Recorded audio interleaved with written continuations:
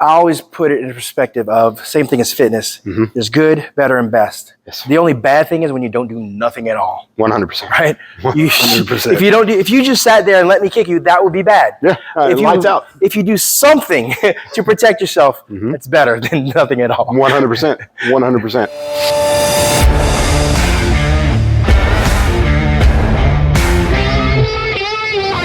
If you're doing any type of self-protection or self-defense training, it is really important to be able to put yourselves in various places of disadvantage. And today, that's what we're going to kind of talk about a little bit. Every self-defense class that I've ever been to, every self-protection class I've ever been to, they always start from a standing position, right? If you grab me and I'm standing, or if you put me up against a wall and I'm standing, and so on and so forth, except for jiu-jitsu and wrestling, but that's kind of different. There are different positions that you find yourself in, right? If you're having to defend yourself, that are not ideal. If we're in a situation and I end up losing my feet, right? And I end up down in this position right here. And you decide out of the niceness of your heart that you're just going to lay into me and just kick my head off, right? Front kick? Any kick. Yeah. Any kick. And that's the cool thing from here is like, what are you going to attack me with? Is it going to be a round kick? Is it going to be a front kick? Is it going to be a knee? Is it going to, what is it going to be? Right. And it don't have to be a trained fighter to do this kick. At all. Yeah. As a matter of fact, it's very instinctual, right? Yeah. As a part of the human species. And being at this point of disadvantage already, right, I'm very susceptible to not only taking that kick, but, hands or friends or whatever. Right. Like, this is a really crappy Multiple place to be. people Right? attacking. Yeah, exactly, right? This is a really crappy place to be. Makes you think, like, what would I do in this type of scenario? And I've trained a lot of different things, right? I've trained a lot of different arts, from Krav Maga to Defense Lab to Filipino Martial Arts to Wing Chun to JKD. I've only really found one thing that works for me, and based on the principles and the structure behind it, I think can work for anybody. The scenario is that he's coming at me with a kick, and we'll play with different ones. But first off, right, he comes at me with that front kick, right?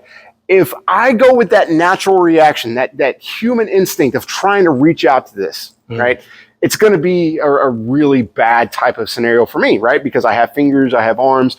Your legs are obviously... It can easily go through a guard. Exactly. And your legs are obviously a lot stronger than my arms are, right? Even though, man, I put that work in. You're still going to be at the advantage, right? However, there's another human instinctual reaction, right? When somebody's flying at our head, to not necessarily reach out, but as that kick is coming in, right, I'm actually shelling up, right? And there's a couple of different ways that you can go about this. When I put this shell on my head, and we've done various videos over it, so if you want to get the detailed version, go back and watch one of those other videos. But as I'm shelling up my head, right, I want to make this real nice and tight, right? I want to bring my shoulders up, and instead of sitting here and just taking the brunt of this of this kick with the shell, even though it's nice and strong, again, I'm still at that disadvantage because I'm down here and you're up there, right? You build up a lot more momentum than I have structure, right? So if I'm down here, I actually want to turn this into an attack, right?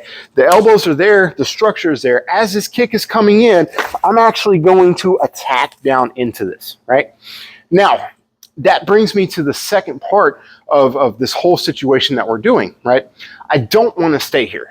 I don't want to stay down on the ground. Even though I'm spending time learning how to defend myself here, I don't want to stay here, because the longer I stay here, the easier it's going to be for you to come in and do something. You need to overrun. Exactly. Yeah. And if you have friends, and we'll talk about that here in a second, if you have friends, the longer I'm down here, the worse it's going to be for me.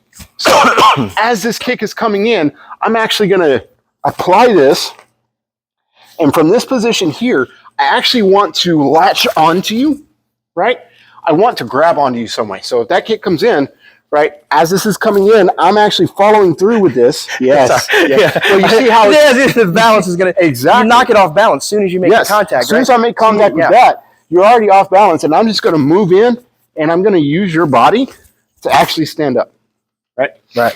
Now, obviously, it's going to be done in a way where hopefully it doesn't put me at another form of disadvantage.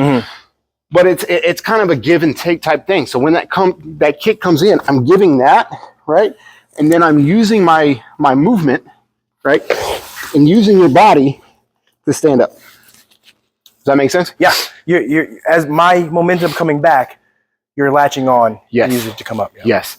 And where that really kind of comes into play, really, is when there's multiple people around. Yeah. The shield, right? So we call that putting your helmet on, right? Uh-huh.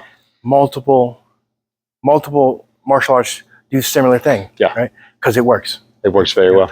Well, and I've even seen the Gracies. Yeah. Start to use exactly. it. Yep.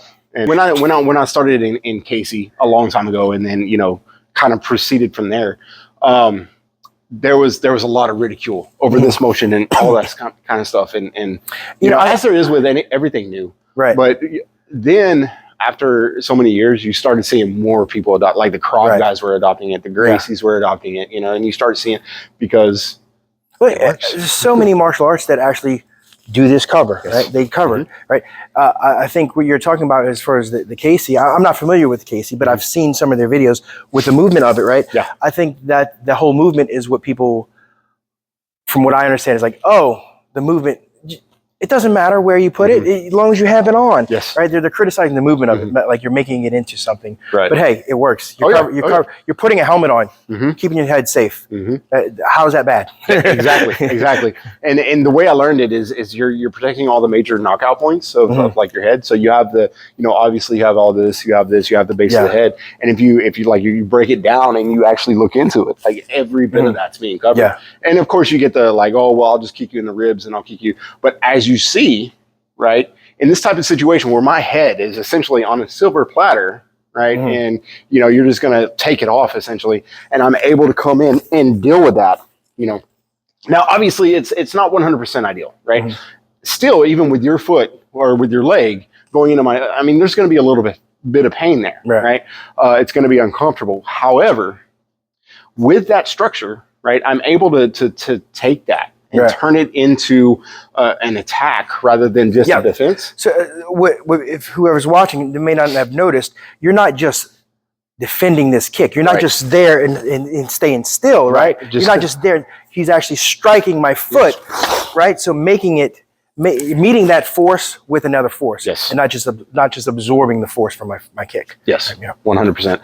And where this really kind of comes into play, and one of the things that I really appreciated about this type of training specifically is that if there are multiple opponents, right? Because even from a standing position, right? If I'm sitting here and you're throwing a punch and I'm sitting here trying to defend this and your buddy is over, exactly. And he goes to punch me and lay me out essentially, my hands are out here. I have absolutely nothing to cover my head, right? But if it's the same type of situation and I'm right here and he goes to punch, it gives me just a little bit. Got a helmet. Exactly. And it's one of those types of things that it works no matter what area you're in, right? So if I'm here and say you're going to kick me and he's going to do the same thing, right? I still have that protection. If I'm down in this position right here and I'm in this seated position, right? And you go to kick me and he does the same thing, right? Now, granted, it's still a position of disadvantage because I'm down on the ground and you guys are on top of me, right?